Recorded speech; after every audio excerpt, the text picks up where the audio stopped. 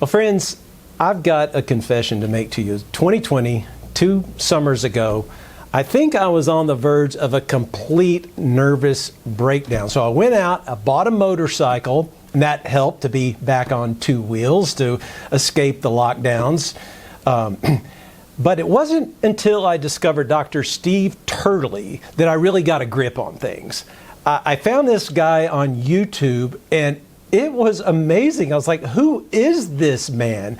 Because nobody lampoons and eviscerates the left better than Dr. Stephen Turley, and that is our guest today. Dr. Stephen Turley joining us now from the home state of President Joe Biden in Delaware. Dr. Turley, thank you so much for being with us today. It's my pleasure, Jim, but you had to remind me where I live. I'll tell you. Okay, so Dr. Turley, I'm telling you, like I said, that 2 years ago when I first discovered you, and you were talking about all the riots that were going on, and you just had a way of discussing these things that like nobody else I've ever seen. I mean, you're close to 1 million subscribers now on YouTube. Did you ever in the world think when you started YouTubing that this is where this would go? Oh, not at all. When I started on November 1st, 2016, just so, 7 full days before the big November 8th of that year. And I made this extended argument that Trump was going to win. So this is at behest of a colleague of mine who's now the president of Turley Talks. And he said to me, look, nobody's talking like this. You got to make the argument, why you think Trump was going to win. The basic argument was, it's just been my shtick ever since, is we're moving more into a post-secular, post-globalist world. And Brexit, that happened on June 23rd of that year, was just an indicator of this larger shift. And I thought Trump was going to be our Brexit election. I still can remember loading up those videos each day and then running back to see how many people watched them. Yeah. And I'd see numbers like 12, right. Now I'm a very devout Christian. That's a good number to start with. You could change the world with that number. So, but that's what it was. 12, maybe 24, maybe 48. And I was like, man, nobody's watching this. And my colleague just said, just keep going, and the algorithm will take care of you. And I just kept going. I was able to gloat after Trump won, and I kept loading up, and lo and behold, some of these videos would start taking on a life of their own. They'd hit 1,000 views or 5,000 views, and that's when I started seeing the subscribers tick up. And I was still fully in academia at a university and a class school at the time. And, I never dreamed I could actually really do this full time, but lo and behold, just the last year and a half or so, we're almost at 1 million. And this is my full-time job. I don't have to deal with the woke academia anymore. Yes. Well, so I met you about 6 months ago at a Doug Mastriano rally out in the middle of a cow pasture in Pennsylvania. And you gave a speech at that rally that just blew me away, because it was like, these are the 4 reasons why conservatives are going to win in the end. And really, Dr. Turley, that's why I love you so much, because you're an optimist. And when I watch you, I always, walk away from your videos thinking, hey, this man is making sense of this mad, crazy, turned upside down world that we live in. And I want to get to that in just a little bit. But first, I want to ask you about the state of things as it stands right now in July of 2022.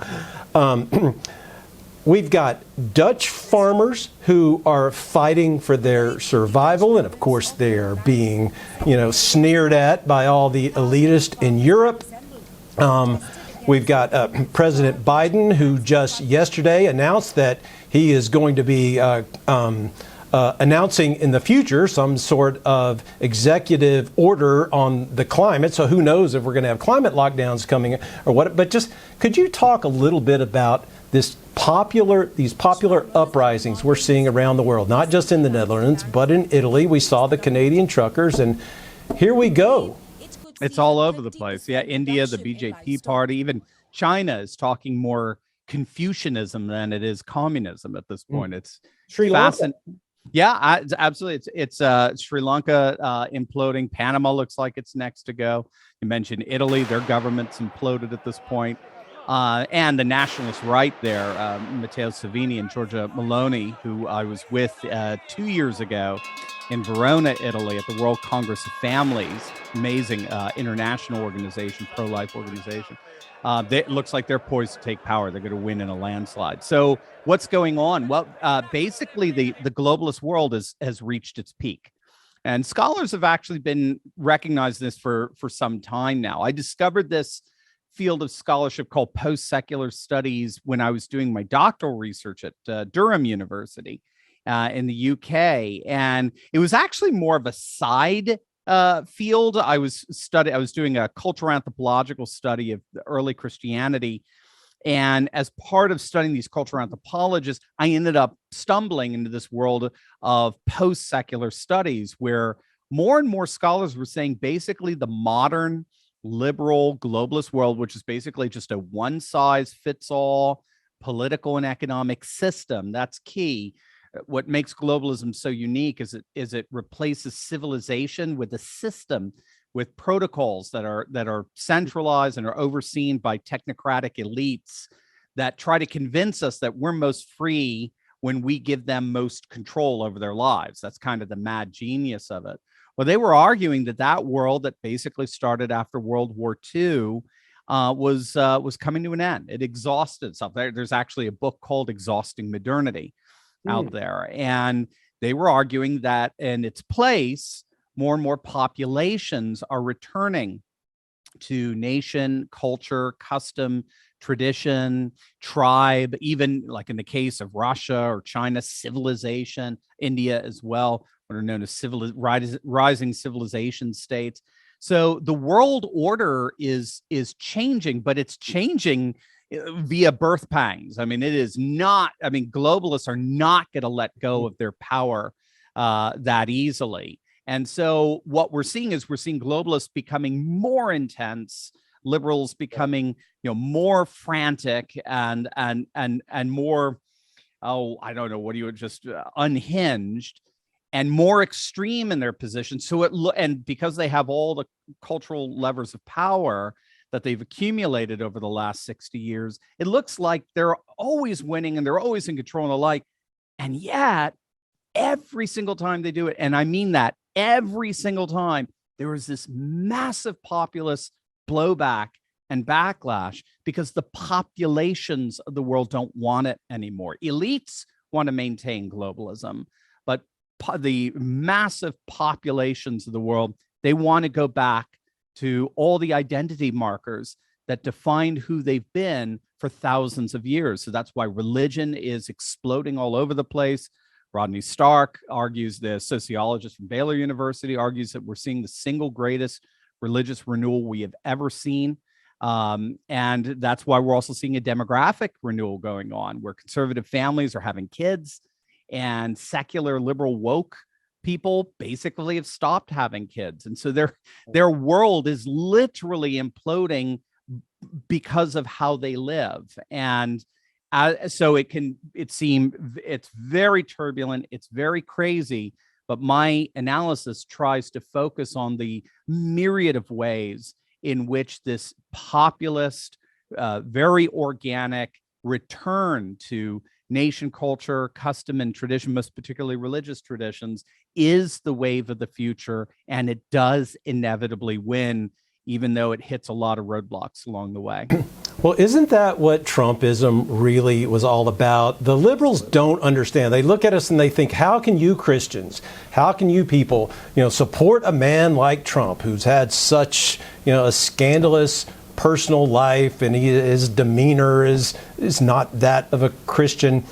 They just have never understood that we are tired of politicians who pay lip service to, all the culturally conservative things that we care about and don't get anything done. It was Donald Trump who gave us the Supreme Court justices who overturned Roe v. Wade.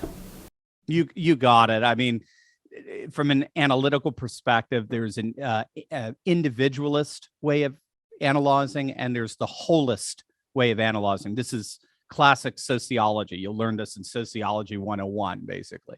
So an individualist analysis looks at the individual persons and their characters and their traits, and they see how they affect society. But a holist vision, again, you need them both. The holist vision actually looks at what individual people represent, that these larger dynamics or trends that a person. So I like pointing out, I see a teenager. I taught young people for a number of years. I see a teenager with blue hair and piercings and so forth, and I say, why are you doing that? And they say, because I want to be an individual. And I smile and say, then why are you conforming? Why are you conforming to this countercultural fashion that a lot of executives right now are getting rich off of? There's nothing new here. You embody something much larger than yourself.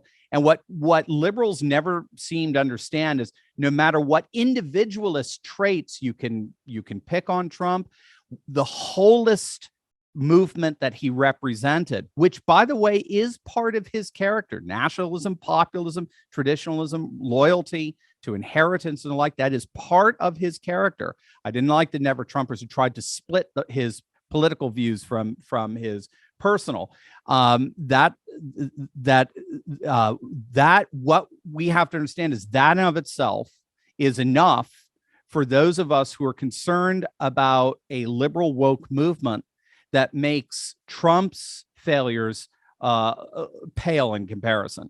No matter what Trump did, no matter what he stood for, it does not come close to the kind of absurdity and insanity that we have seen, particularly from the woke left since the fall of Roe.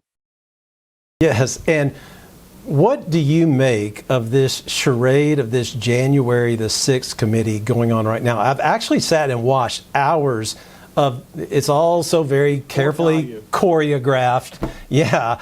And just watching, I mean, all the answers are totally prepared. All the witnesses say exactly what they're supposed to say.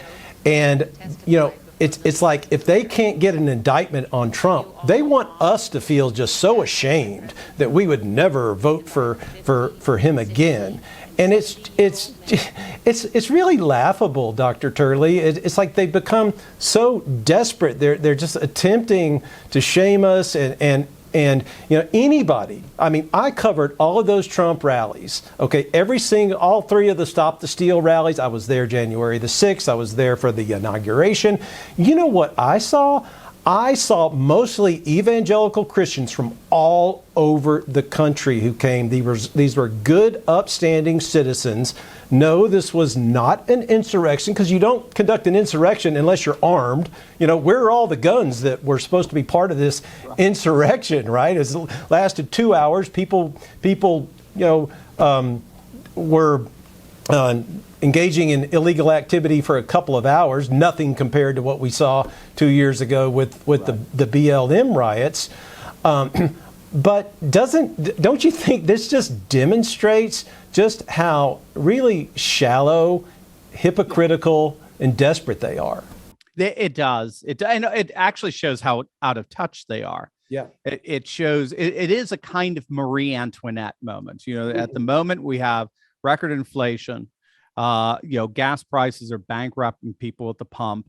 We have a southern border that's imploded. We got a baby formula shortage. At the moment, I mean, you have the geopolitical order unraveling right before our very eyes, mass starvation going around the world. At that very moment, all they can do is fixate on J6. And the one person we have on videotape openly calling for an insurrection, Ray Epps, is vacationing in the Bahamas or something. I don't know where he is, but I just saw that. I saw that New York Times picture, and he's standing in front of this very lovely RV. I wonder where he got the funds for that. That is crazy. Isn't it the Ray Epps thing? It was like, I've resisted, most of the conspiracy theories about January 6th, but there's something going on there. Exactly. Everyone's saying it. I mean, Tucker's saying it best. It's like, this is, this is the one guy that Adam Kinzinger should be going, full throttle against, and he turns out to be the greatest paragon of virtue that have ever walked the planet. No, I mean, it's a kangaroo court. The conclusion, the verdict has already been arrived at, and so now they're just trying to justify the verdict. This is classic. It's just cancel culture in a new form. Cancel culture, by definition, seeks to cancel you, and therefore they have to find reasons and justifications for doing it. So they'll call us white supremacists, right? Well, they don't call us they don't try to cancel us because we're white supremacists. They want to cancel us, and therefore we're white supremacists. Because you can't cancel a virtuous grandmother. You can't cancel a little child playing in the sandbox. You have to cancel monsters, or that's the only way you can try to gain some support. No, this is a disaster. It's not going anywhere. They've done polls on this when they align all the different issues that people are concerned about with the upcoming midterms. J6 falls dead last, very close to, by the way, Roe, because the one demographic that we have historically that is absolutely makes abortion their number one political issue, and you and I know them. We know them near and dear to our hearts. The one demographic that study after study after study shows has abortion as their number one issue for determining who they vote for are pro-life women. so they can't catch a break on any of this. So J6 is down the list of priorities.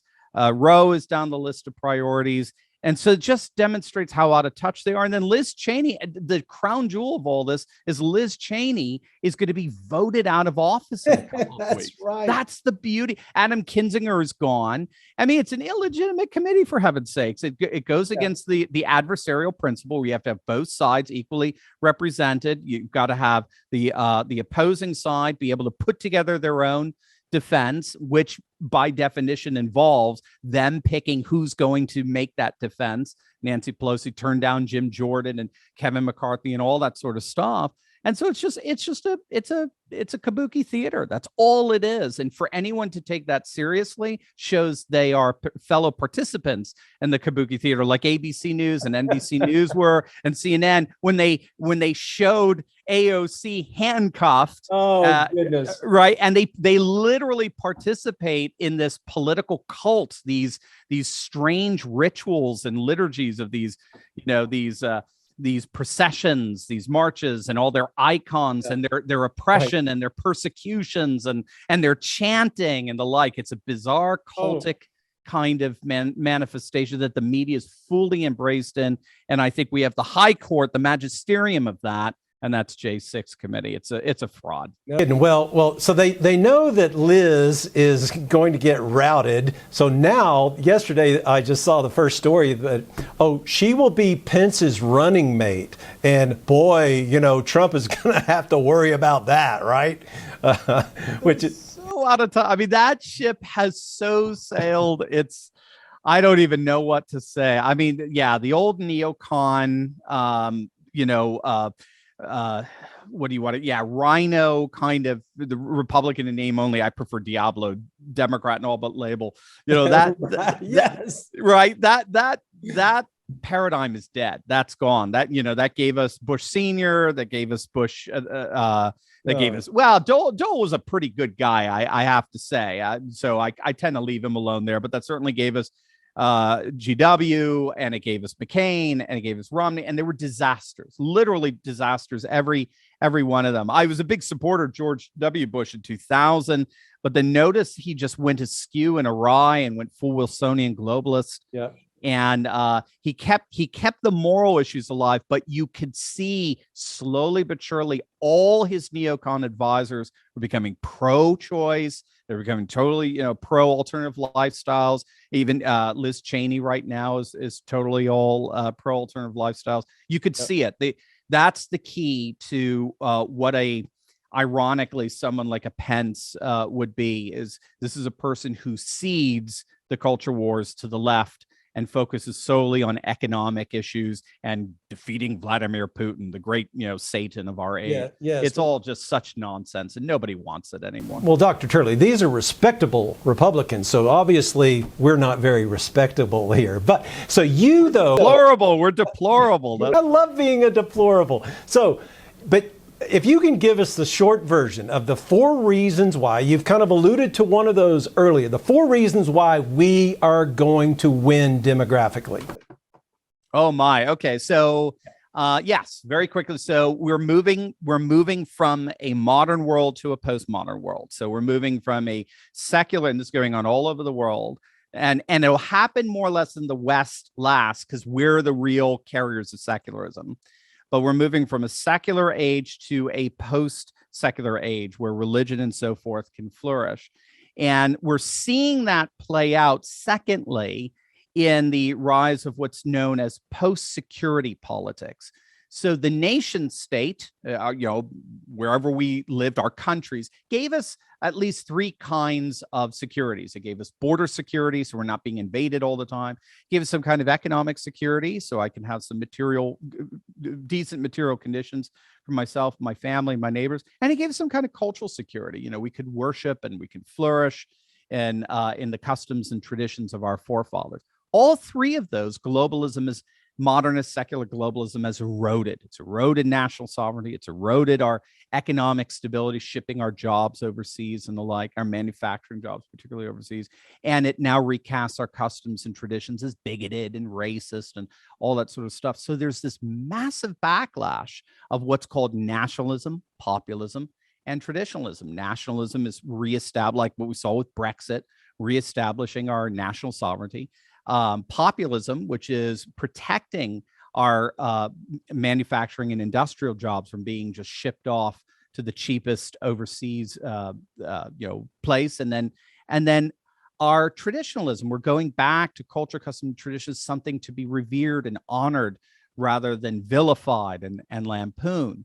And at the heart of this shift back to tradition is the third thing, and that's the reawakening of religion that's going on all over the world. Scholars don't know quite why we're seeing 2 religious revivals in China and this massive Hindu revival in India, and in sub-Saharan Africa, the place of the largest population growth in the world. The church is actually growing faster than the population growth, suggesting massive conversions. Or how we have a Viktor Orban in Hungary who's reawakening Christian civilization along with the Law and Justice Party in Poland, or even in Russia, where 1991 they only had 2,000 functioning churches at the end of the Soviet Union. Today they're approaching 60,000. The Journal for the Scientific Study of Religion in 2012 concluded Russia is going through a bona fide Christian revival. What's going on here? Well, scholars don't necessarily know, but we can see if we're moving from a secular world to a post-secular world, and if that involves this blowback against the post-security politics eroding our borders, our economy, and our culture, then the return to religion is all part of this pushback, this blowback against globalism. And at the heart of that return of religion, fourthly, we're going back to the traditional family. In a short, secularists don't have kids. They're always well below the replacement level of 2.1 children per couple, whereas conservative religious, particularly conservative Christians, are having more kids than ever in many respects. There's right now a 30% fertility differential between your typical evangelical and your typical secularist. And demographics is destiny. And we're finding that children that grow up in conservative Christian homes have about 80% retention rate. They keep that faith into adulthood. And so that's why scholars are predicting that by the end of this century, we're going to have upwards of nearly 1 billion conservative Christian, Mormon, and Amish patriots filling our nation. That is where we're really headed.